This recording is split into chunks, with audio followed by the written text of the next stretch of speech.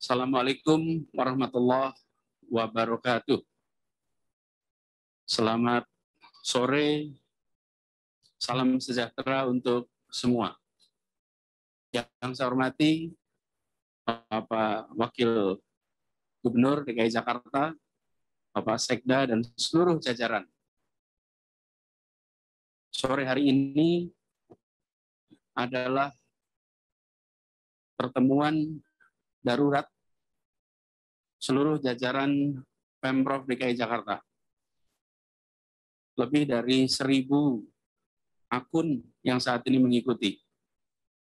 Saya minta kepada semua untuk mendengarkan dengan seksama. Bila di meja Anda sedang ada HP, matikan HP-nya. Berhenti chatting, berhenti melakukan kegiatan apapun, dan ikuti arahan ini dengan serius.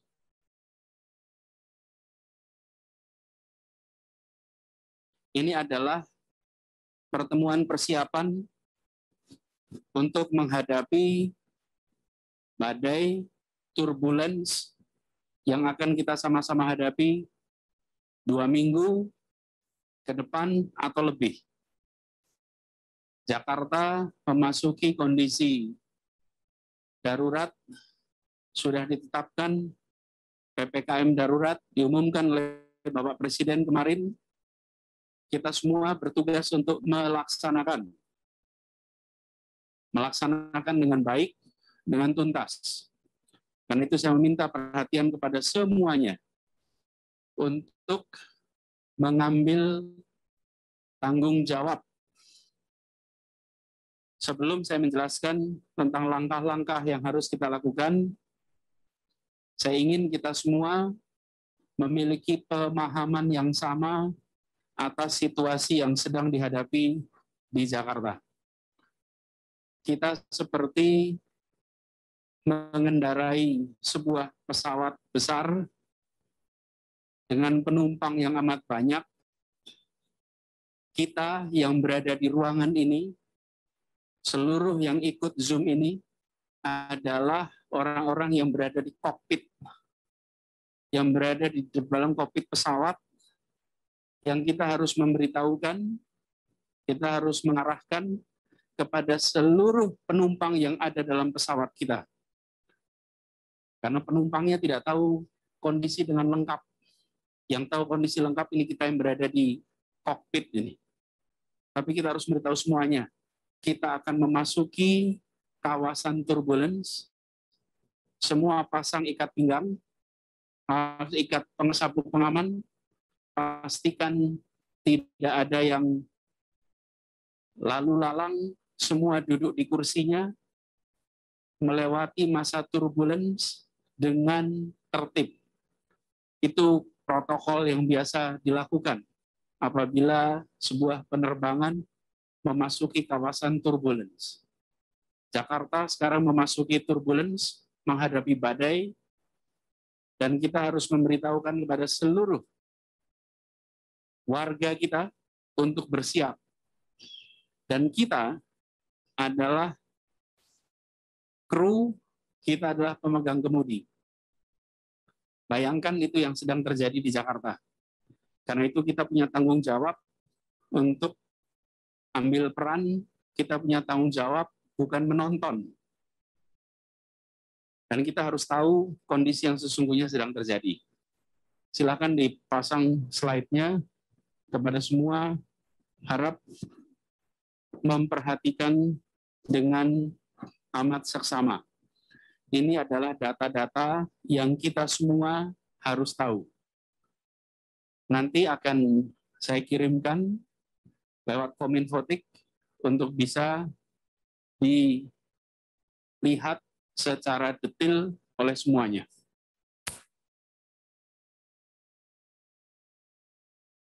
Pertama, kabar baik.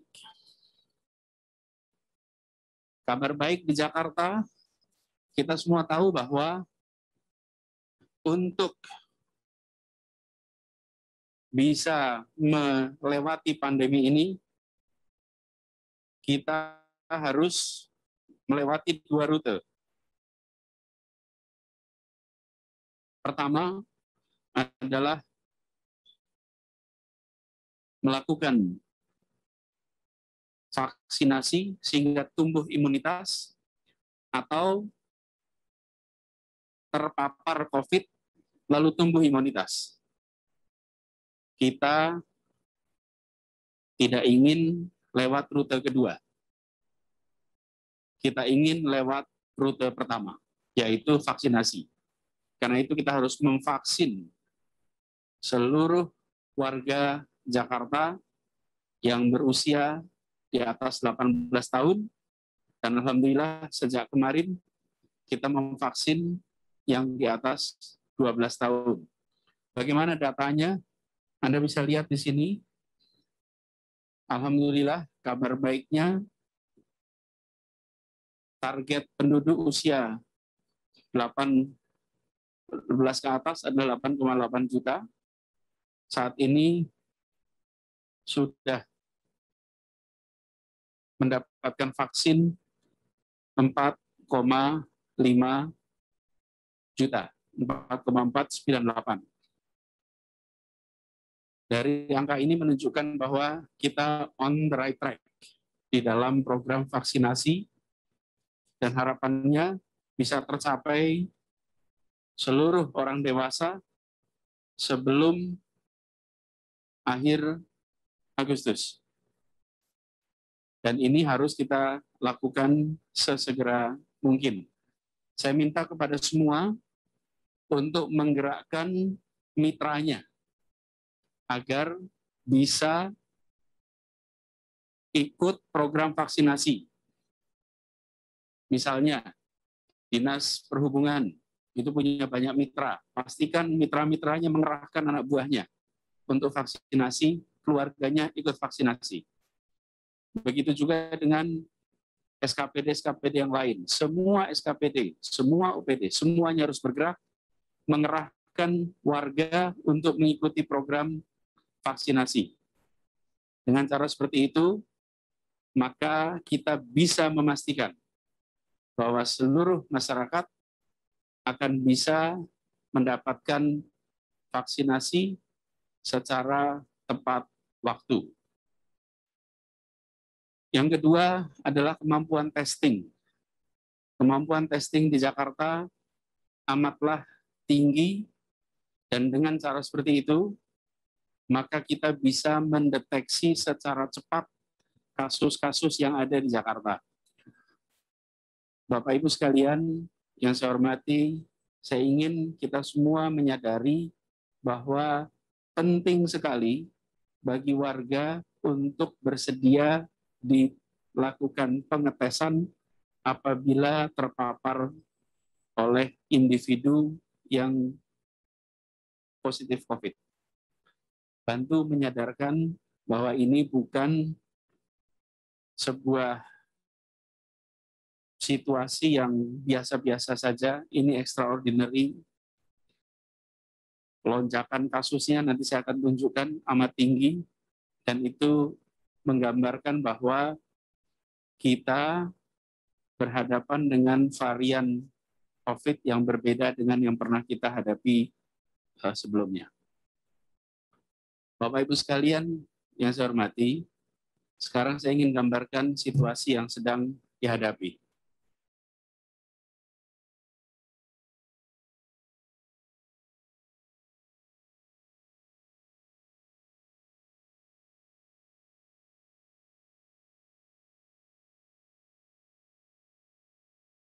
Ini sedang menunjukkan di layar.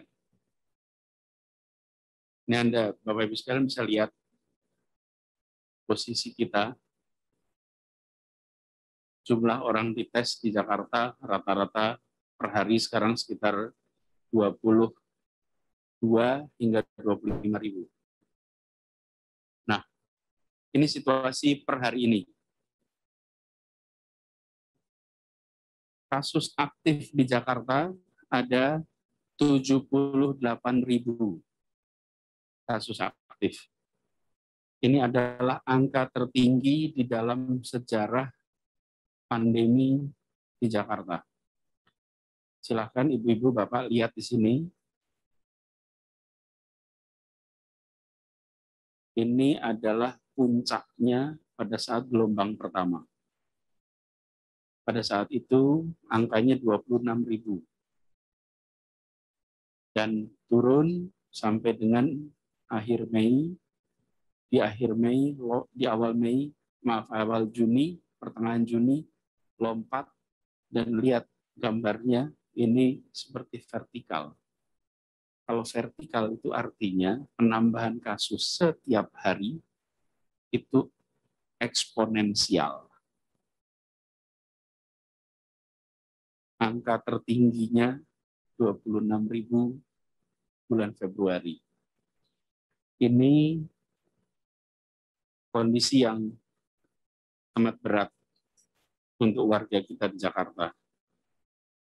Perlu diketahui bahwa hari ini Dinas Pertamanan dan Hutan Kota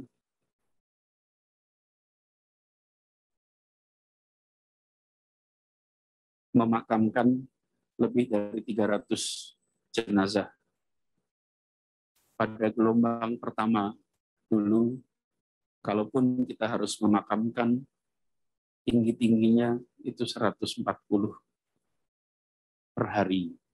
Sekarang sudah lebih dari 300. Minggu yang lalu, untuk pertama kalinya, sampai angka di atas 150. Lalu di atas 200, lalu di atas 250, dan kemarin di atas 300. Ini bukan angka statistik. Ini adalah saudara kita, ayah, ibu, anak, kakak, adik dari warga Jakarta. Jangan pernah kita menganggap ini adalah angka statistik. Dan perkembangan kasus ini, Bapak Ibu bisa lihat sekarang di tabel ini. Ini adalah kasus aktif di Jakarta. Mari kita lihat sama-sama, Bapak Ibu. Tanggal 16 Juni, angkanya 20.000 kasus aktif. 12.000. Kita lihat 8 hari kemudian, yaitu tanggal 24 Juni.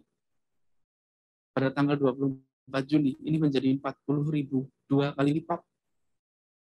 Yuk kita kembali lagi ke tanggal 17. 22.000 kasus aktif. 17 Juni.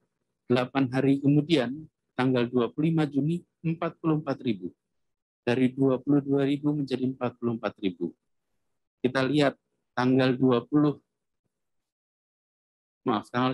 Juni, 27.000 tambah 8 hari, tanggal 27, angkanya menjadi 57.000. Ini semua menggambarkan bahwa setiap 8 hari kasus meningkat sebanyak 2 kali lipat. Artinya, Bapak sekalian, jika hari ini angkanya 78.000 dan situasi tidak berubah, kita akan mencapai angka di atas 100.000. Dari pengalaman Dinas Kesehatan tadi di dalam rapat koordinasi bersama dengan Kapolda, bersama dengan Pangdam, Ibu Kepala Dinas menyampaikan bahwa rata-rata 40% dari kasus aktif membutuhkan perawatan. Jadi, kalau sampai ada 100.000 kasus, berarti kita akan membutuhkan perawatan untuk 40.000 orang. Ini jumlah yang fantastis. Dan ini adalah manusia yang harus diselamatkan, yang pasti keluarganya khawatir, yang pasti keluarganya tegang. Dan risiko kematian ada di situ. Ini gambaran kasus aktif. Saya ingin kita semua bersiap Ini yang tadi saya maksud, kita masuk ke turbulence. Semua kencangkan sabuk pengaman, seat belt-nya dipakai. Bapak Ibu, saya ingin tunjukkan data keterisian rumah sakit di Jakarta.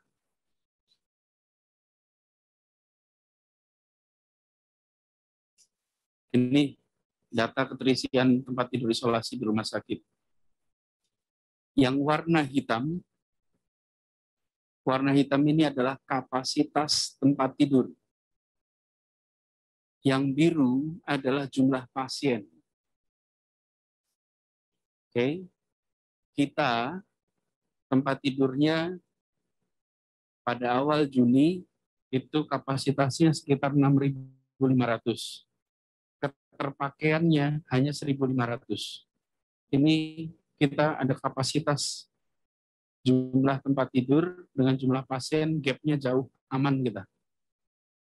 Lalu tanggal 10-an Juni, 11 Juni kita menyaksikan mulai gejala naik yang serius.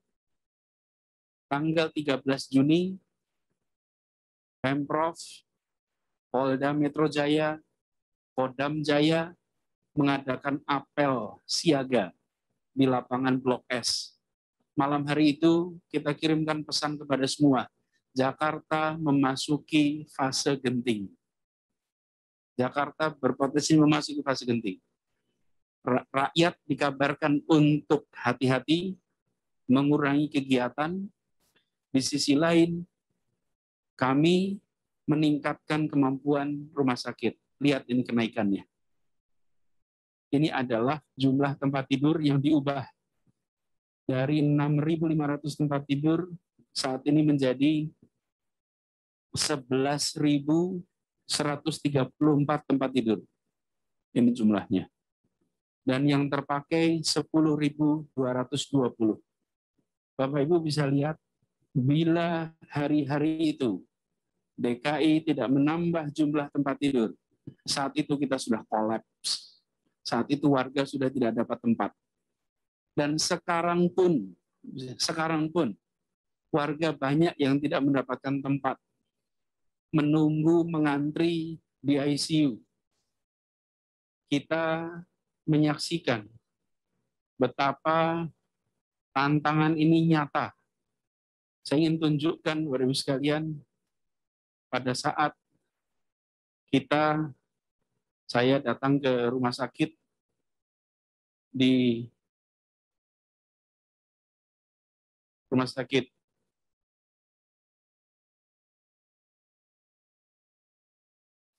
khusus daerah di Duren Sawit.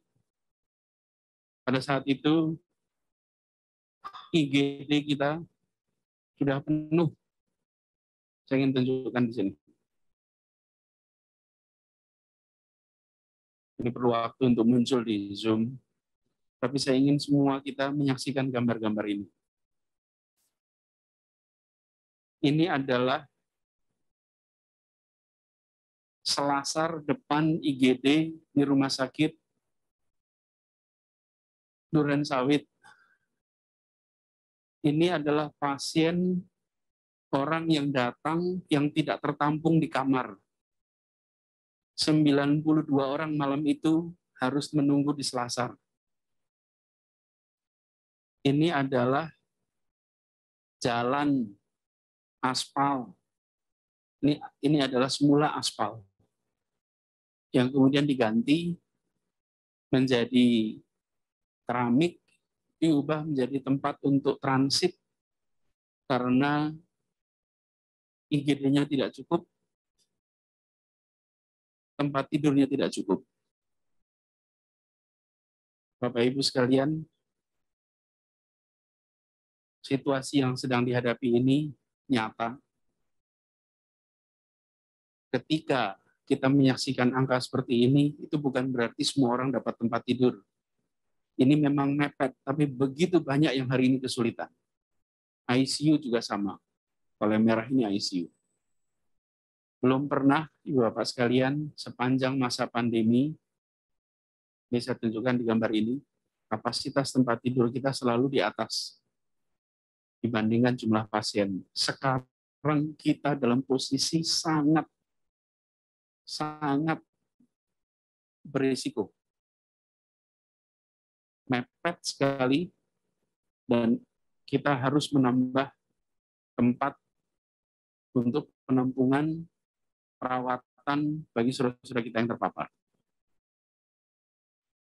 Karena itu, saya ingin kepada semuanya bersiap bila kita menghadapi skenario sampai 100.000 kasus aktif. Ini beberapa langkah, Bapak Ibu sekalian, yang sudah disiapkan. Saat ini ada stadion, gedung-gedung konvensi, G-Expo nanti akan dipakai, bisa menampung 24.000 orang di situ. Rumah susun sekarang sudah digunakan, dan pemanfaatannya luar biasa cepat. Ini Bapak Ibu boleh lihat di sini, keterisian fasilitas isolasi terkendali. Ini Rusun Nagrak, Ragunan, Taman Mini. Jumlah pasien isolasinya itu meningkatnya luar biasa. 21 Juni 211 orang, 10 hari kemudian berubah menjadi 1.600.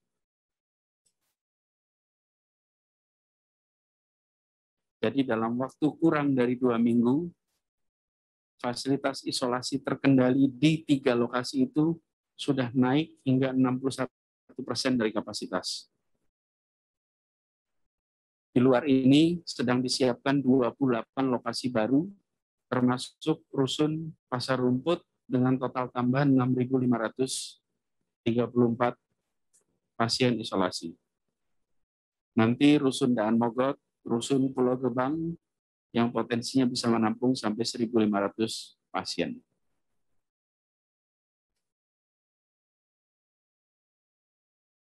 Pesan utamanya adalah ada kenaikan jumlah penderita COVID dengan kenaikan yang luar biasa signifikan. Apa yang sedang terjadi di Jakarta? Di Jakarta ini ada varian baru, dan telah dilakukan identifikasi terhadap 128 kasus varian baru, ditemukan bahwa 87% adalah Delta. Inilah yang paling mendominasi. Dan kita menemukan segmen anak-anak, balita maupun usia 6-18 tahun, mereka terpapar. Kita perhatikan di sini. Ada dari 128 kasus ini, 29 balita, 26 di bawah 18 tahun, di atas 6 tahun. Artinya kita berhadapan dengan varian baru yang telah membuat lonjakan kasusnya tidak lagi seperti dulu, di mana kenaikannya perlahan-lahan. Jadi kita perhatikan naiknya perlahan-lahan, kalau sekarang kenaikannya fantastis, cepat. Dengan situasi seperti ini, maka kita tidak bisa menganggap ini kondisi biasa. Ini kondisi luar biasa. Bapak Ibu semua, menambah tempat tidur itu gampang. Tinggal pesan, cari, taruh. Masalahnya bukan tempat tidur. Masalahnya adalah harus ada tenaga kesehatannya. Dan nakesnya yang terbatas. Karena itu kita harus bersiap-siap untuk membuat fasilitas-fasilitas isolasi mandiri, dan harus bersiap-siap untuk vaskes di wilayah seperti puskesmas menyiapkan obat-obatan. Jadi bila puskesmas kelurahan, puskesmas kecamatan punya stok obat yang cukup supaya bisa diberikan kepada warga, supaya mereka yang positif bisa segera melakukan isolasi mandiri bila tanpa gejala. Kemudian tidak harus semua ke rumah sakit. Karena itu respon cepat dari puskesmas kepada warga menjadi kunci. Minimal tidak terjadi kecemasan di wilayah. Tidak terjadi kepanikan. Dan tidak harus semua yang terpapar harus masuk ke rumah sakit. Bapak-bapak, Ibu, saudara-saudara sekalian yang saya hormati. Itu tadi potret situasi di Jakarta. Kita harus segera bersiap, kita harus segera rapatkan barisan, dan kita harus segera ambil tanggung jawab. Karena itu, dalam kesempatan ini cukup paparannya. Dalam kesempatan ini, saya ingin kepada semua untuk memperhatikan bahwa jangan kita jadi penonton. Kita semua berseragam, kita semua bekerja atas nama negara. Kita dapat amanat konstitusi. Ini amanat tertinggi dan perintah tertinggi adalah melindungi keselamatan rakyat, melindungi segenap tumpah darah Indonesia. Maka dalam kondisi darurat ini, saya minta kepada semua, turun tangan sebagai negara. Jangan ada yang jadi penonton. Seluruh ASN di DKI Jakarta ikut terlibat. Saya ulangi, semua turun tangan. Semua fokus bantu penanganan. Apakah Anda selama ini mengurusi jembatan, atau Anda mengurusi taman, atau Anda mengurusi ikan, atau Anda mengurusi apapun juga. Dalam kondisi PPKM darurat ini, semuanya bantu turun tangan menangani pandemi. Penanganan pandemi ini bukan hanya tupoksinya satu dinas, bukan hanya tupoksinya penanganan bencana, tapi ini ada pada tupoksi setiap dan seluruh jajaran Pemprov DKI Jakarta saat ini. Jangan pernah ada yang berkata, ini bukan tanggung jawab saya. Ini bukan bidang saya. Saat ini, bidang semua orang. Setiap kita punya tanggung jawab. Saya minta kepada semua untuk mencamkan ini sebagai tanggung jawab, sebagai kehormatan. Tadi saya sampaikan kepada semua, bahwa Allah SWT, Tuhan yang Maha Kuasa, mentakdirkan kita berada di Jakarta, memegang amanah ini untuk melewati masa pandemi ini bersama-sama. Kita ditakdirkan untuk bisa meneruskan apa yang kita kerjakan selama ini dengan melewati masa ini. Jadi pandang ini sebagai tugas bersejarah. Pandang ini sebagai amanat besar yang harus kita tunaikan untuk kita bisa meneruskan pada anak-anak kita nanti. Bahwa masa pandemi ini kita lewati. Masa pandemi ini kita jalani dengan baik. Bapak sekalian yang saya hormati, setiap pandemi itu selalu melewati beberapa fase gelombang. Dan kalau kita lihat tadi, kita masuk gelombang kedua.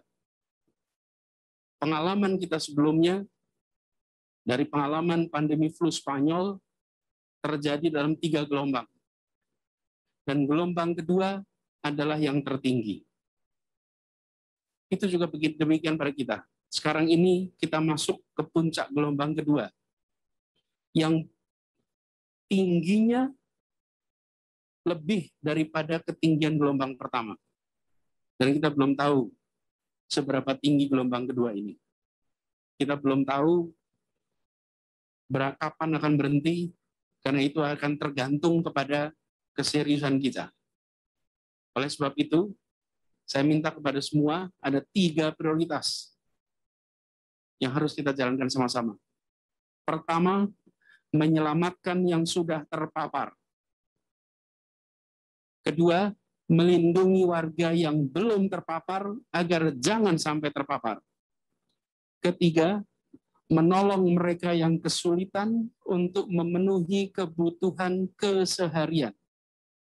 Saya ulang, selamatkan yang terpapar, lindungi yang tidak terpapar, tolong yang kesulitan kebutuhan pokok. Lakukan 3 prioritas ini dengan amat serius. Seluruh jajaran DKI Jakarta, jangan tunggu laporan. Aktif cari apa yang bisa diamankan. Dimanapun Anda tinggal, datangi ketua RT, datangi ketua RW, sampaikan saya dari DKI, saya siap untuk membantu. Sampaikan saya akan bekerja untuk ikut mengamankan di tempat ini. Dengan jaringan yang ada di kita, Bapak Ibu bisa bekerja cepat. Dan dalam melaksanakan 3 prioritas itu, jangan ada yang jadi penghambat. Apalagi menghambat dengan urusan-urusan sepele. Alhamdulillah, selama penanganan pandemi ini, secara umum jajaran Pemprov DKI bekerja sangat cepat, bekerja terengginas, dan bisa jadi tolok ukur bagi tempat-tempat lain. Tapi tetap saja di sana-sini ada laporan soal proses yang terhambat karena hal-hal sepele. Misalnya, surat tidak segera dibuat, komunikasi tidak segera dijalin, atau melihat masalah tapi dibiarkan karena merasa bukan tupoksinya. Saya ulangi, setiap kita tidak boleh jadi penghambat. Setiap kita harus meringankan tugas, meringankan beban. Karena itu kepada semuanya, datangi RT RW setempat, datangi posko-posko tempat Anda tinggal. Karena semua kita tinggal di wilayah Jabodetabek. Dan satu wilayah ini semuanya sama. Kita berada di dalam zona PPKM darurat. Bantu sebisa kita. Identifikasi keluarga-keluarga di sekitar kita yang butuh bantuan. Bila ada yang karena PPKM darurat ini kesulitan kebutuhan pangan, Anda galang kerjasama, Anda galang solidaritas warga. Karena ini terjadi di seluruh wilayah. Tidak hanya terjadi di 1-2 titik. Galang kerjasama, galang solidaritas, sehingga pastikan tidak ada yang lapar. Pastikan tidak ada yang kekurangan pangan. Kumpulkan sumber daya. Dan buat semuanya, saya ingin memesankan, jaga kesehatan Anda. Jaga kesehatan keluarga. Dalam melaksanakan tugas, protokol kesehatan dijaga seketat mungkin. Bila perlu, kalau keluar, gunakan masker double. Saat pulang ke rumah, bersihkan diri sepenuhnya sebelum bersapa dengan keluarga. Dan pastikan jaga pola hidup sehat. Vitamin jangan kurang, suplemen jangan kurang. Kemudian buat semuanya, jaga komunikasi, jaga kekompakan, jaga kolaborasi, kerjasama di antara kita. Harus saling dukung, harus saling mengisi, harus saling menjaga. Dan nanti setelah kita berhasil melewati masa yang sangat sulit ini, insya Allah kita akan menjadi lebih kuat. Insya Allah kita akan bisa menjadi lebih rekap. Insya Allah kita akan menjadi satu kesatuan. Karena itu, saya garis bawahi kepada semuanya, bahwa yang sedang kita hadapi ini adalah satu masa yang belum pernah kita hadapi sama-sama di Jakarta. Kemenangan kita nanti akan ditentukan oleh seberapa disiplin dan seberapa keras kita berjuang selama 2 minggu atau 4 minggu ke depan. mungkin lebih. Kita sekarang menghadapi gelombang badai yang tadi saya sebutkan di awal. Bapak Ibu semua, DKI Jakarta sejak awal selalu transparan. Sejak awal kita katakan apa adanya, tidak ditambah, tidak dikurangi. Saya ingin kepada semuanya untuk bersiap, ambil tanggung jawab. Nanti akan ada permintaan dukungan dari mulai untuk penanganan orang-orang terpapar sampai penanganan untuk jenazah. Semua harus siap dengan panggilan itu. Dari mulai menyiapkan obat, dari mulai membungkus makanan, sampai mengatur mobilitas petugas. Semua harus siap. Jadi kepada para pimpinan semua, sampaikan kepada seluruh jajaran, apapun tupoksinya, saya ingatkan, apapun tupoksinya, tugas kita hari ini adalah penanganan pandemi COVID. Jangan pilih pekerjaan, jangan pilih tugas, tapi ambil tanggung jawab. Ini adalah sebuah tantangan di mana kita semua untuk sanggup melaksanakan yang bukan secara resmi disebut tupoksinya. Nanti malam pukul 12 malam 24.00 kita akan memulai pelaksanaan PPKM darurat. 6 jam persis dari jam sekarang. Siap-siap untuk menjadi pengayom masyarakat. Siap-siap untuk menjalankan tugas apapun yang dibutuhkan. Dan pesan dari tadi sama, bahwa kita saat ini sedang dalam situasi darurat. Terakhir, saya ingin sampaikan terima kasih, apresiasi kepada semua, seluruh jajaran Pemprov DKI Jakarta, baik ASN, baik BUMD, semua termasuk tim yang bekerja yang pada saat ini berstatus sebagai PJLP. Semua yang bekerja, baik di SKPD, baik di BUMD, yang telah saling bantu, saling topang, saling dukung. Mari kita teruskan. Ini bisa menjadi contoh buat semua. Dan kita jalani ini sebagai tanggung jawab kita. Yang sering saya sampaikan, ini peristiwa yang terjadinya ratus tahun.